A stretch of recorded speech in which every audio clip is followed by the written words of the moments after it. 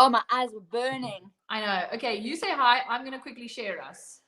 Hi. I got to find us because I can't actually see comments. Oh, don't you have two phones? And my other phone, so I logged out of Facebook and I don't know my code. And I'm so scared if I try and log in, I'll like lock myself out. Oh, why don't you just log into my Facebook from that phone? That's what we did last time, but we won't be doing that now. It's fine. I'm going to find us. No, not now, but I mean just in general. We are live. Okay, I shared us. My eyes are still watering from trying to hold them open. Okay, I'm going to go to the comments so that I can see everyone. Dun, dun, dun. Hello, Renee. Hello, Cara. Hello, happy Tuesday. We had an epic Taste Me Tuesday with the Legs Miserables tribe. They were so strong. Also, that workout format was incredible. And they were so strong. I was saying to Bex afterwards that are we in the right place? Yeah, I'm on Vibe with Your Tribe. I even marked it as an announcement, and everyone else is on here. Shaldine is on here. Deborah Lee is on here. Megan is with us. Robin is with us. Jody is with us. Jane is with us. P is with us. They're all with us. I see us. Yeah. I was saying to Bex that it's so difficult being an instructor on a live platform because you can't see anyone working out. And so when you have people from the challenge joining us live, it's so epic because you get to see them and you see their form. And like, I felt like I was so proud today. I was like, holy smokes, like, look how insane their plank is, and look how insane their form is, and look how strong they are. It was like I was watching like a proud mom being like, look how strong these women are. That's what we said. So Seri and I called each other after, once Kaya was down for her slap. Say something. So I'm going to quickly get her something to make her not fussy. Oh, I'm interested to see what it's going to be. Look at her clothes. When she comes back, look, it looks like she has shorts over her pants, and I love it. I've got PJ pants on. Anyways, we were saying, we phoned each other afterwards, and we said how you don't ever get feedback in someone's lounge. Like, you never know how it's going unless someone tells you. But the actual feedback of watching somebody actually work out like they would is just a whole different kind of feedback, and how it was so rewarding. I mean, every week that we've been doing this has been so rewarding. No, Cody. Cody's eating her snack. Yeah, I gave her a banana. It was just so lovely. If you didn't do the workout or you want to do one on Saturday, because a lot of people also do a lot of people do it the following Tuesday, or they do it on Saturday. That's what I'm saying. Yeah, the following Tuesday or Saturday, it was really a goodie, and it was so motivational. Like I was saying to say how them pushing so hard just made me so inspired that I'm itching to do it because they were so strong. So it really seems like an amazing team too. Exactly. So someone said I must give Kaya peanut butter. Megan, it's not too early for peanut butter. We gave her peanut butter before she hit 6 months, and she loves it. Auntie Bex gave her peanut butter first.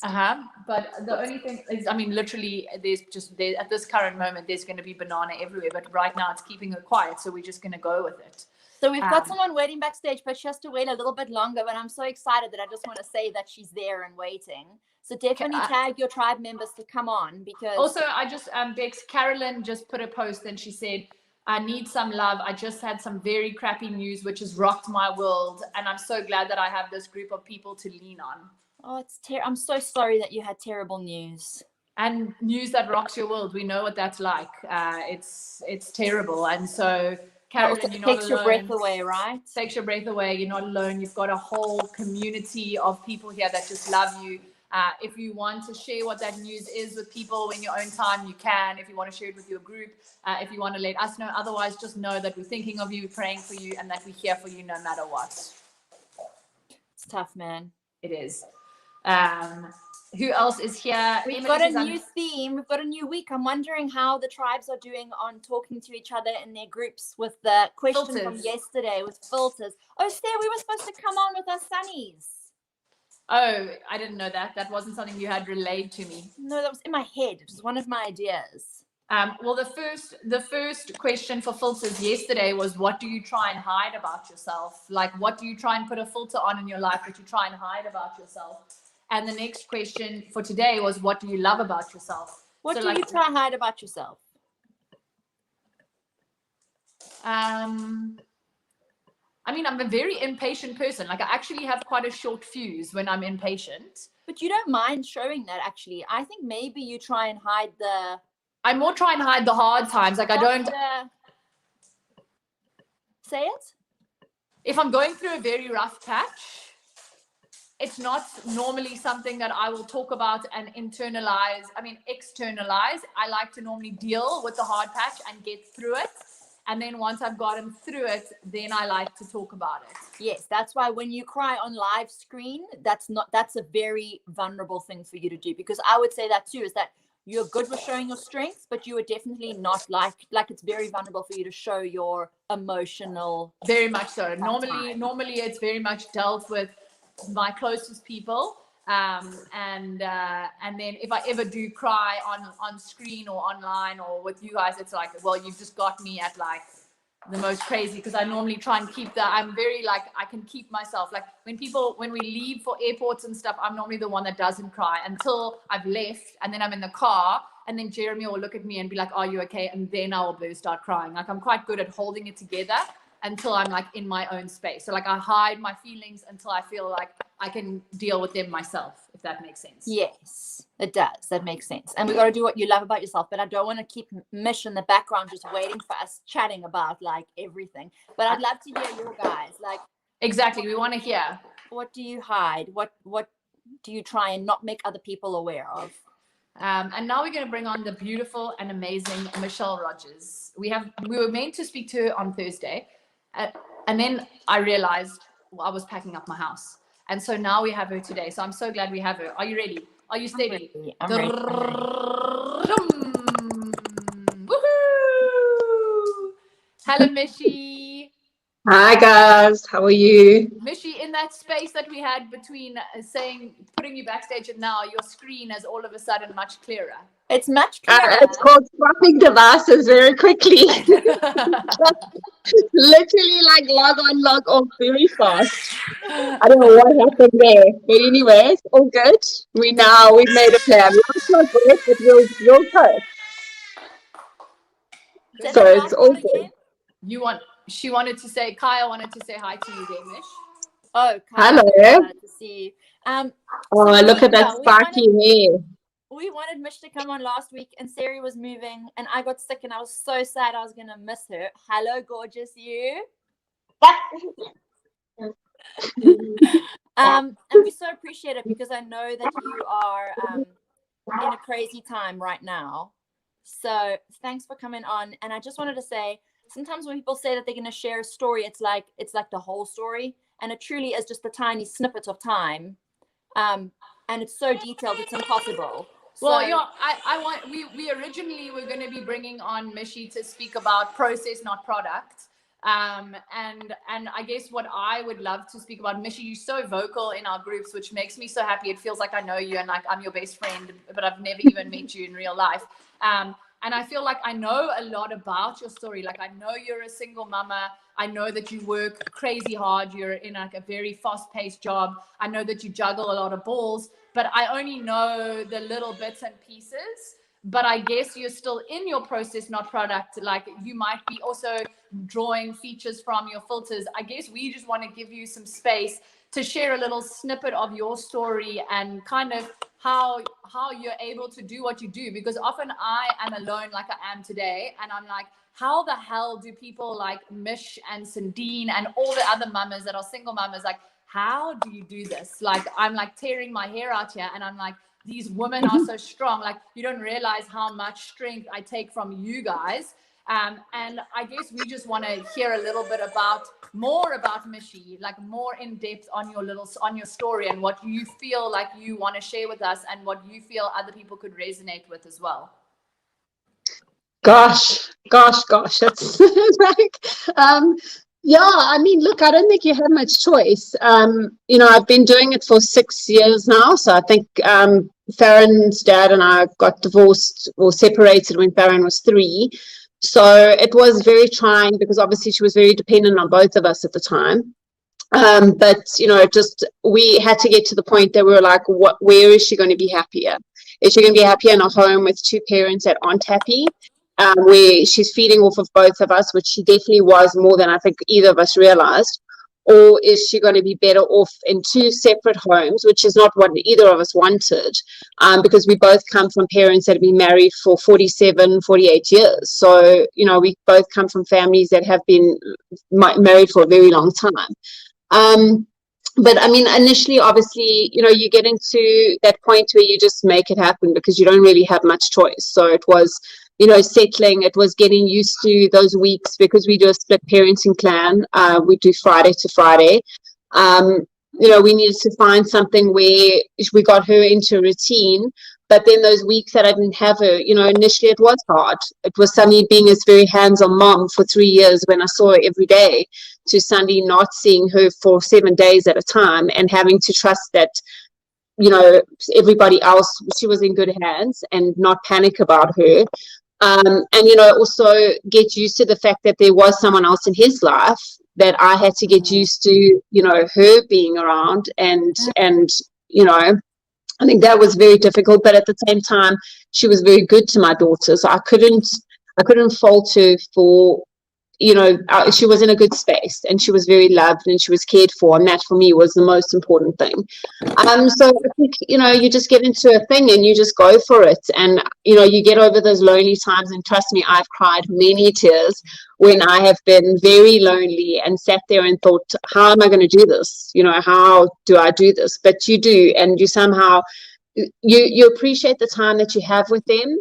So when my friends are all, and it's different because we'll sit at work even now and my friends will be like, oh, what we do to have that week where we don't have a child and we can just, live free and not have to worry about all of that. And you're like, yeah, it is great. I've got to the point now 6 years later where I can, focus on work in the weeks I don't have her. And luckily my job does take a lot of that time up. And, also get to the point where I've got time to actually go out and do stuff for myself and put myself out there to meet someone else. I was in a relationship for 3.5 years, and that ended really badly last year. So I came out of that really hurt. And, it's hard because, from the beginning, I said to my ex, I don't want her growing up in a home where she has people in and out of her life. I don't want her being that child who's like, mommy's got a different boyfriend every week or daddy's got a different girlfriend. So, she came out and a year later he was married. So it was very quick. So suddenly she had this family there and then it was just me. And I just said to him, I don't want her meeting different people. So it took me about 6.5 months before I introduced her to that boyfriend. And it was very hard because he had a very good relationship with her, whereas I don't think, on the other extreme, she came out of a very broken marriage on her side where she took out her frustrations with my daughter's relationship with him on my daughter.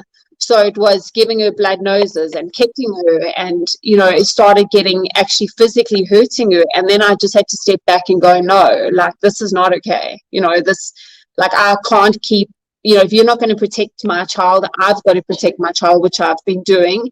And, I think that's the hardest part for me is relationships, is like letting people into your space that you can trust are going to look after your child and be decent to your child. This blended family thing, maybe people have it easy, but let me tell you, it ain't like the movies.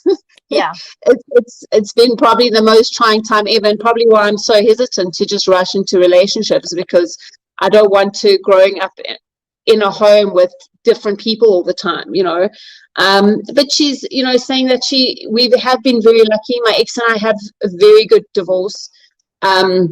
We fight, obviously, but we can sit around a dinner table and have dinner together with his wife and me and her ex-husband and his wife, and we can sit around a dinner table on Friday nights and have wine together and laugh about things, and we have joint birthday parties, and I mean, we do a lot of things together as a family, which has been good for her because it's the stability that I think has been very important for her as a child from, a broken home.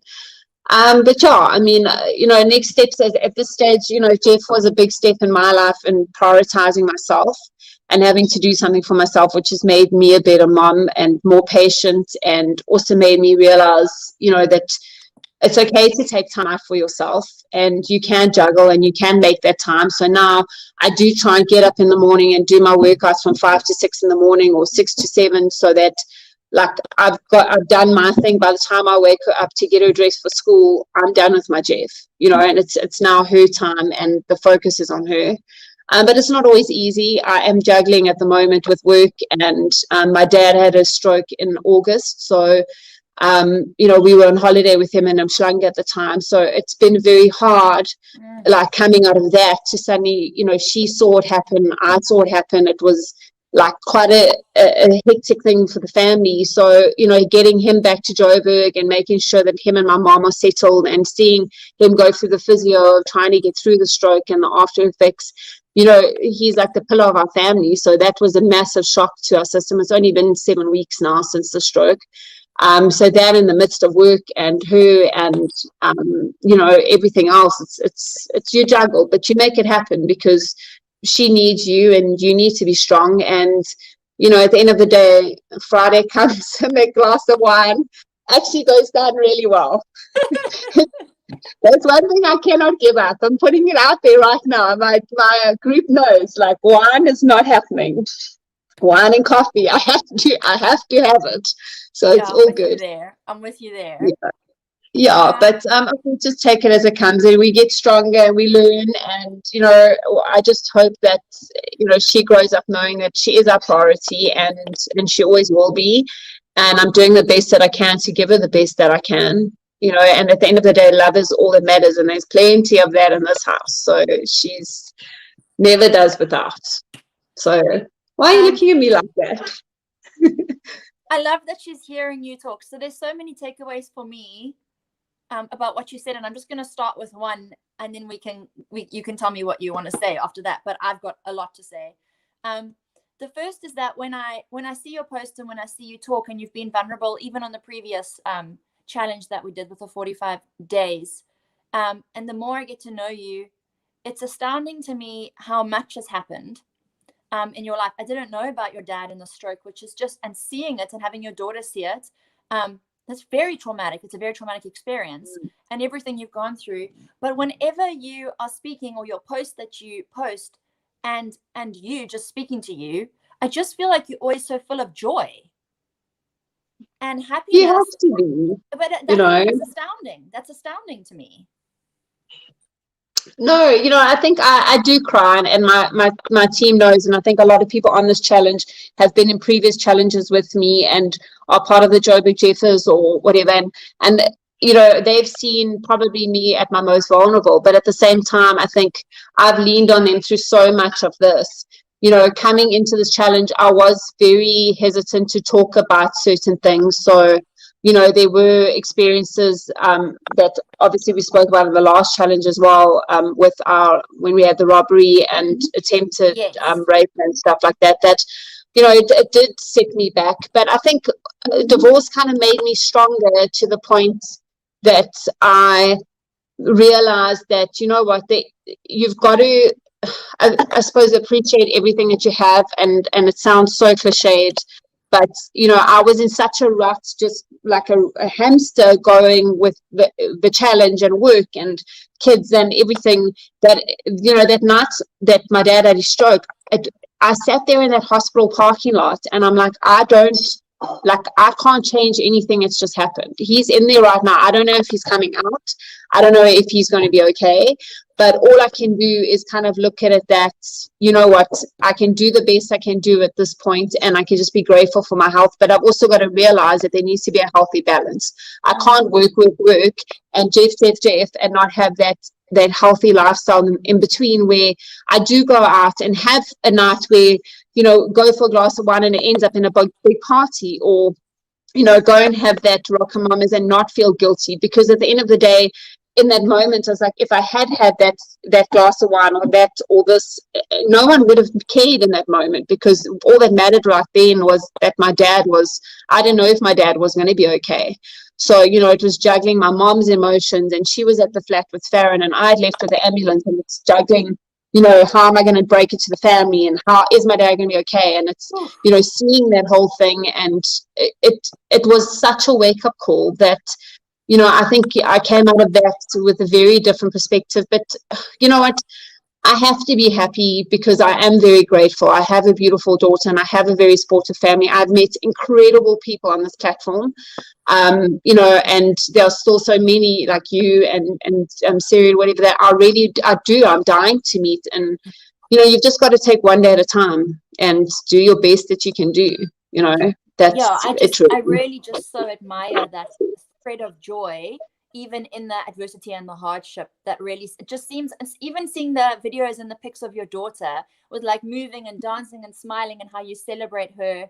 I truly think that that's not common for every person. So that's something that definitely shines bright in you. Something else that stands out to me when you're talking is how wise and level-headed you are. Often children, and I'm very aware of this with my own kids too, often children have to change their behavior to manage their parents' emotions or their parents' expectations. And so the child actually becomes more the adult at times because they're trying to appease the parent.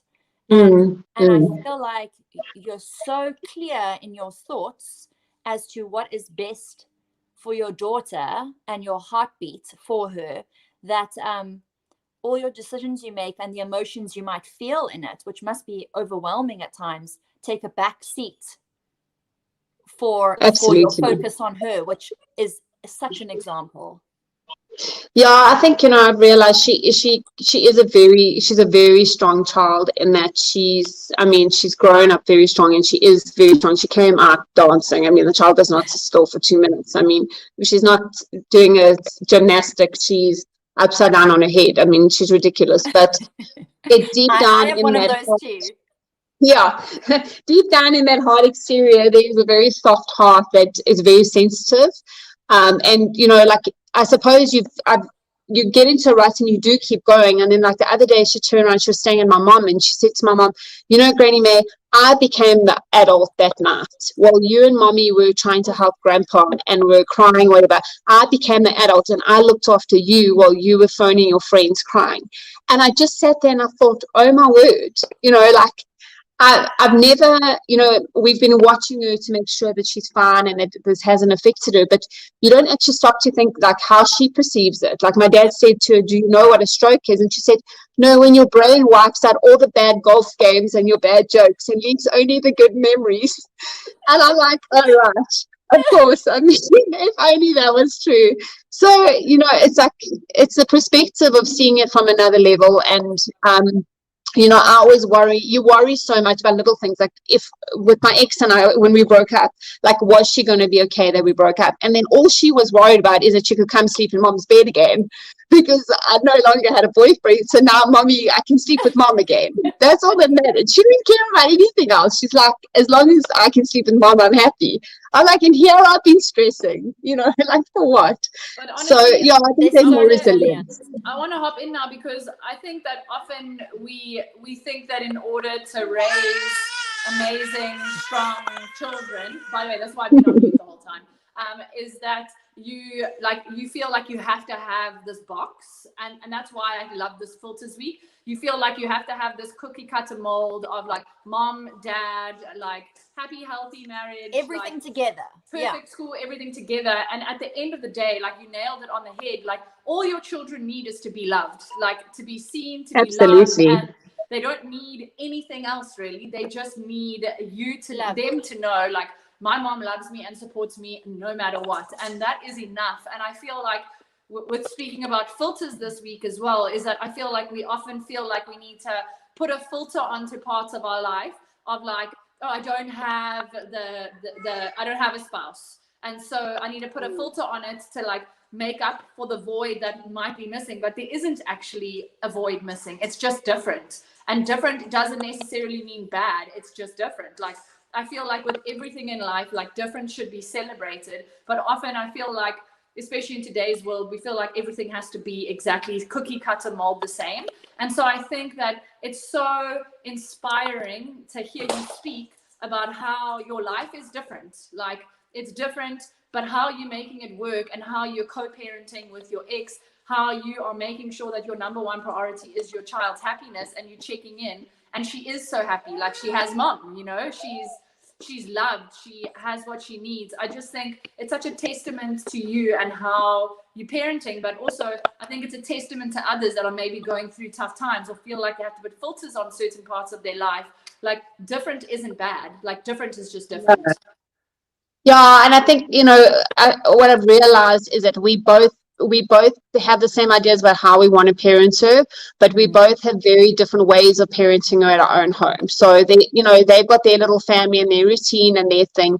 And I've learned over time that we're not the same, and I do things differently, and we have our little routine, and like Thursday night she'll go to dancing and then we'll go out for sushi, and that's our little thing, and her and her dad have their little thing, and I'm never going to be able to take that away from her, and he's never going to be able to take this away, and you can't, because at the end of the day, I said from the beginning, he's such a good dad, and this 1 weekend on, 1 weekend off thing, just it didn't work for me, and it was like, it made sense for her to have the best of both worlds, and the teachers have seen it, and we can see it in her, and that she's a better child for it, because we go to parents evenings together, we go to teachers meetings together, and I mean sometimes it's him, me, and his wife, which is completely awkward, because a lot of the time they'll see him holding her hand and they'll come to me and be like, why is he holding someone else's hand? And I'm like, because that's his wife.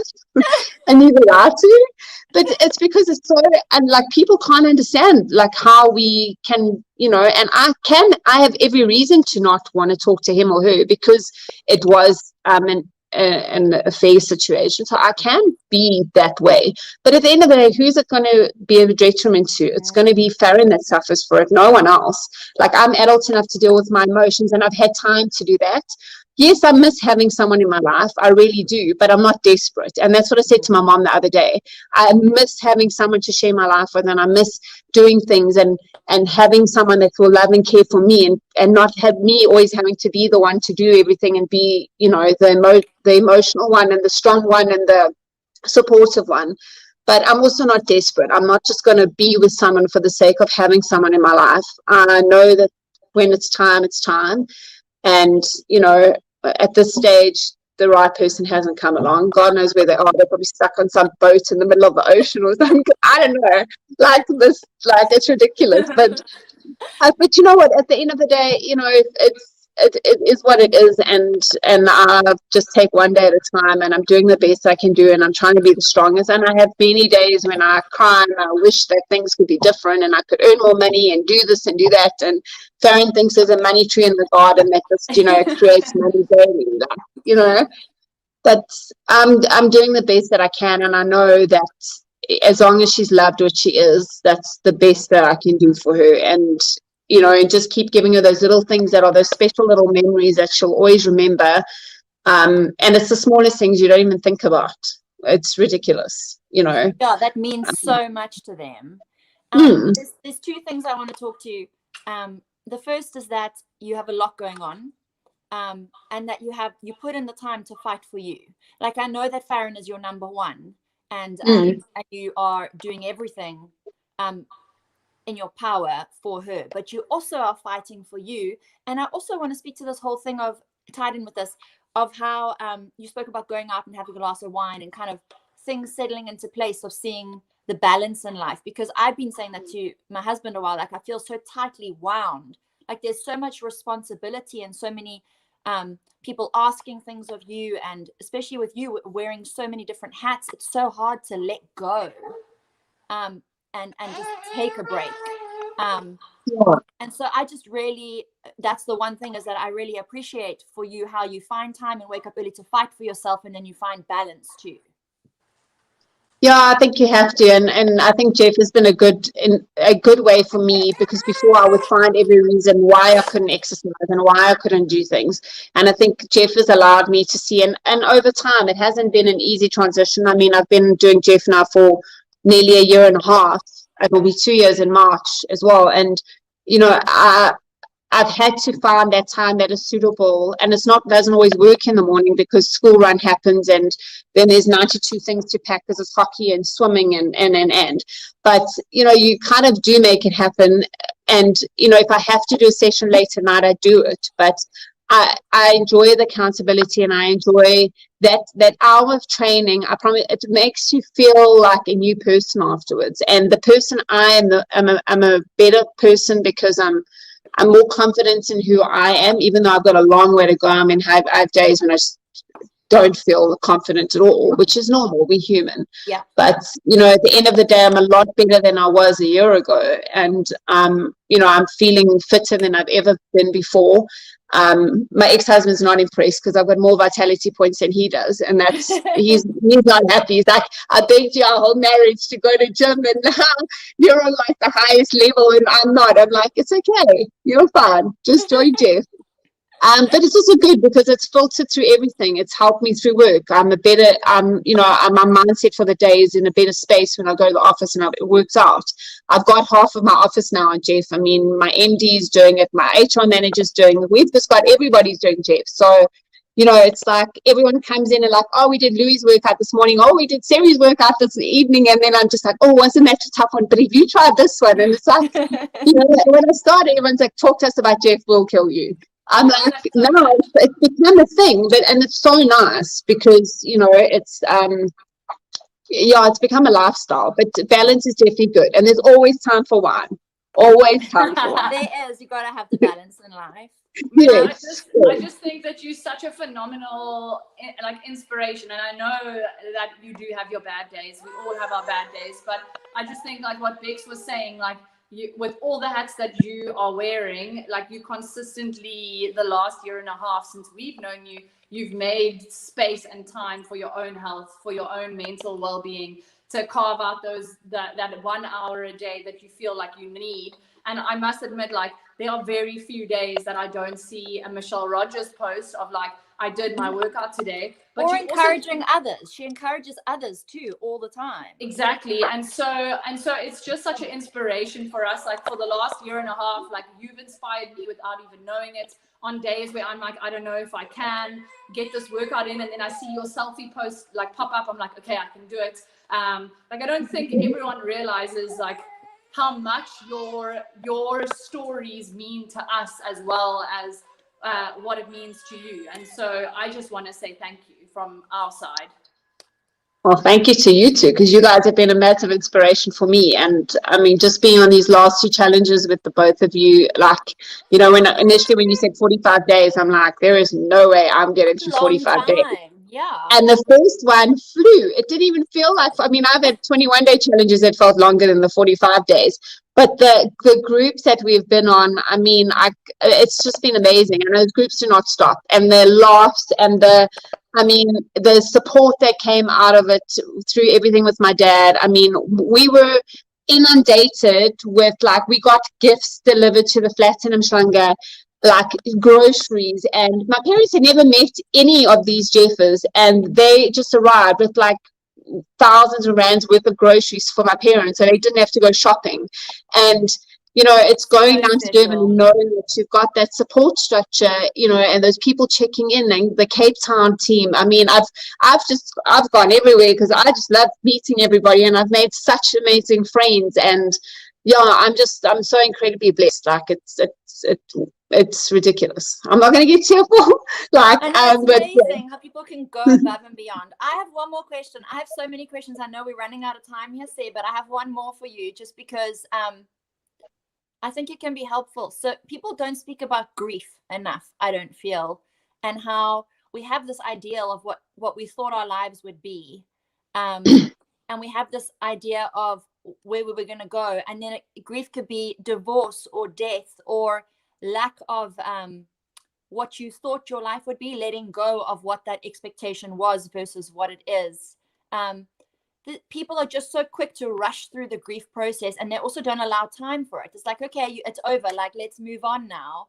And I feel like you've dealt with it really in a healthy way, and I'm wondering if you have any tips, not to put you on the spot, but if you have anything that was really helpful to you, because people will say to other people, like, get like a replacement relationship, or a replacement pet, or a replacement, like, or whatever it is. But it really takes guts to actually face it. Like you said in one of your things, your parents have a long relationship and you thought that would be your life. and that was important to you, but life threw you something different. And you're okay with that now. And that's amazing that you thought of it, you named it, and then you moved on. And it's a lot, but I think people are in such everyone grieves at some stage, for all different reasons. And I'm wondering if you have any tips of how you did it healthily. I just think you've got to take one day at a time. And I know it's easier said than done, but, I came out of my marriage feeling like a complete failure because, I was so worried about what my parents would think because they raised us believing that, they were very old school. My grandparents were very old school. So, when we got divorced, the first thing my mom said to me is, what is wrong with Dad and I? That what have we done wrong that you couldn't get your marriage right?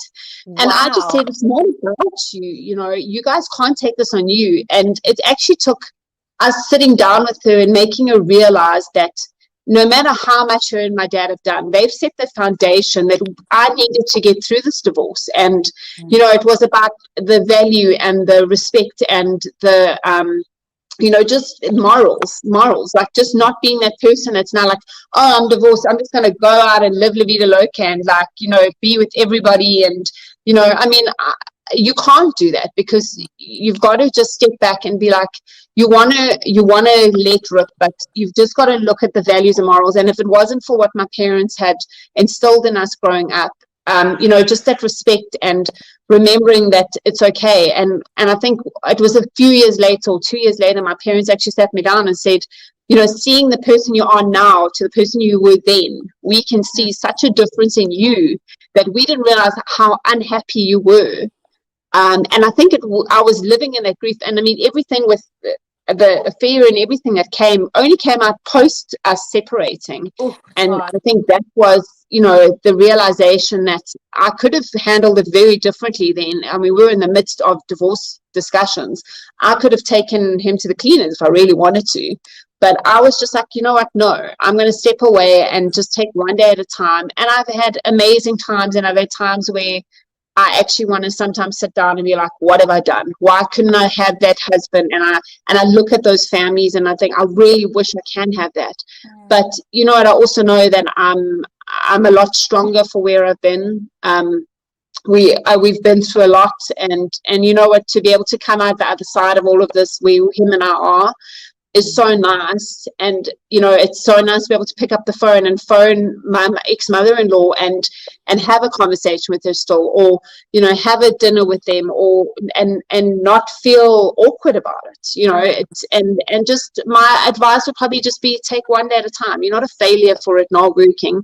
I think nowadays divorce is so easy for people don't put the effort in. It's so easy to just get divorced that you've just got to remember what are your values and morals and put that first. And remember that you can only do as well as you can do each day, and we're all going to have bad days. And at the end of the day, it's just give your best and keep smiling. I suppose, like it's just take one day at a time. I think, Bex, you said something quite powerful there where you said a lot of people look to replace when grief is going on or when something happens in your life, you look for a replacement. And especially in this day and age, especially living in the US, actually, it's like it's one click away and you can get something new delivered to your door the very next day, And I feel like life almost is becoming like that, of that like one click instant gratification. If only it was that easy. I know.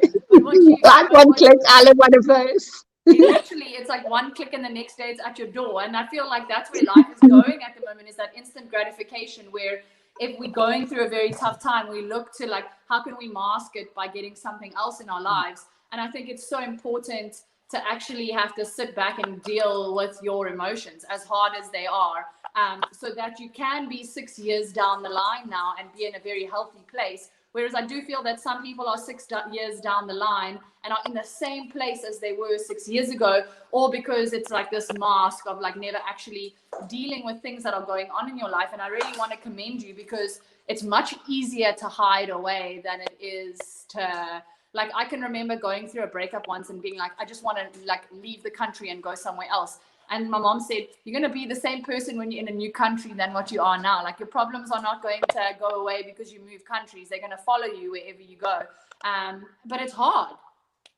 No, it is hard. It's easier said than done. I trust me. I have friends that, I mean, 6, 7 years down the line, they are in spaces where, like, the negativity and the vibes between them and the ex. I mean, they can't even have a conversation without lawyers and stuff. And I know, like, no divorces. There are many different reasons for why people get divorced. I think I was very lucky in that, mine wasn't as hectic as what some people do. And I think you've just got to take your situation for what it is 100%. and look at how you can manage it. And the kids at the end of the day are priority, and they just need you to be happy and separate yourself from the drama, because you can fight and you can be as ugly as you want to each other, but at the end of the day it affects one person, and those are the children, and they feed off of it a lot more than you realize. And I've got to just do every day for her, and then I push through those weeks with her, and then the weeks when she's not with me, I can actually just be like, oh, okay, now I can just breathe a bit and just let go. So I want to read you something funny, because there's some funny comments in here. I haven't even looked at the comments. Click. Karen writes, "Where the hell is my Bradley Cooper? I'm clicking. And then Megan goes, when you find him, I'll swap with you." Is this Karen Moffat? Yeah. You've gone alien like now to us. I don't know why. It's you, Sir. It's not Mish. It's me. It's you, yeah. Because I can see her fine. We're losing you, I think. Has she frozen for you? Yes. Oh, there, she's back. Back. Talk, let's Yeah, go. you're back. Makes you end this one because I want to. Okay, Mish, we're gonna end it. We're gonna have to say toodaloo and Seri will do it. But it was an absolute honor. It was so lovely to chat to you. Yeah, Thank really. you. And I just wanna I'll end with you, but I just want to say, often when you see people's pictures, you always look gorgeous, but you look even prettier in real life looking at a screen. Thank you. Is there anything else you want to say?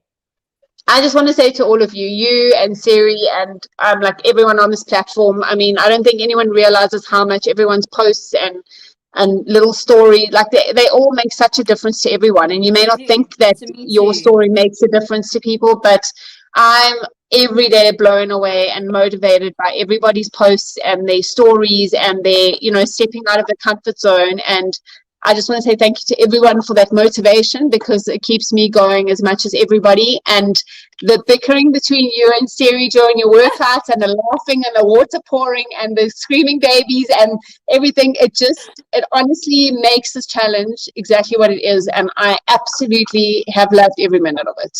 Even though I cursed the tail, I loved it. On the Enneagram? Yeah, I think it was a 2. I think you were the others focused, right? Yes. And not be able to say no, or like, so this is the thing I want to leave this with everyone else, is that you're an encourager of people, and you're there for people, and your heart is beautiful. So if you are still on and you're listening, please go and flood Mish with WhatsApp messages and with Facebook messages and tell her what she means to you, because your heart is just beautiful. And now I'm going to say toodaloo and goodbye. Are you ready? Okay, well, I am. Toodaloo. Toodaloo. Thank you.